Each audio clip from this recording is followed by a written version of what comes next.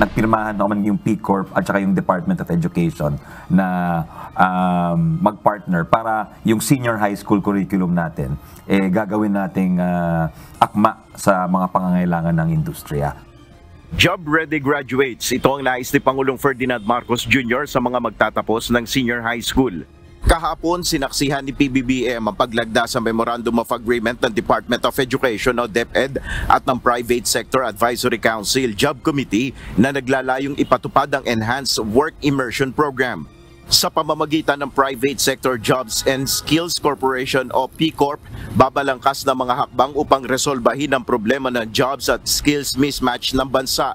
Nakapaloob sa MOA ang mga elemento tulad ng mas maayos na work immersion experience para sa mga estudyante at pagbibigay ng maraming oras sa kanila upang matutunan ang kinakailangang kasanayan na akma sa kasalukuyang pamantayan ng iba't ibang industriya.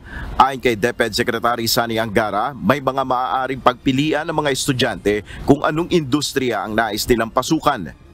Bibigyan din natin ng parang menu or pagpipilian ang mga magulang, ang mga estudyante kung ano yung natitipuhan nilang pasukan na industriya o trabaho, meron na silang makukuhang work experience, on-the-job training, work immersion, at hindi lang yung padaplis na work immersion na sandali, 1 linggo, 2 linggo, kundi babad talaga sila. So makakakuha sila ng skills and masa-certify sila.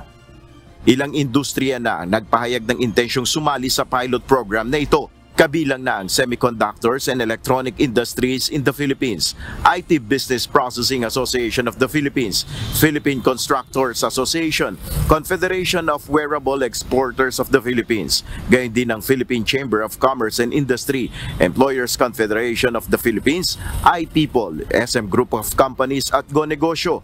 Ayon sa DepEd Chief, ang hakbang na ito ay alinsunod sa kauntusan ni Pangulong Marcos na magkaroon agad ng trabaho ang mga magtatapos sa senior high school.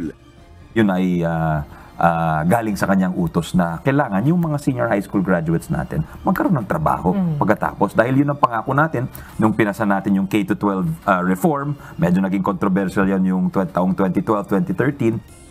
Nagsasagawa na ng konsultasyon ng DepEd at PISAC kasama mga stakeholder upang makabuo ng guidelines para sa pilot program na ito na inaasahang magsisimula sa 2024 to 2025 school year.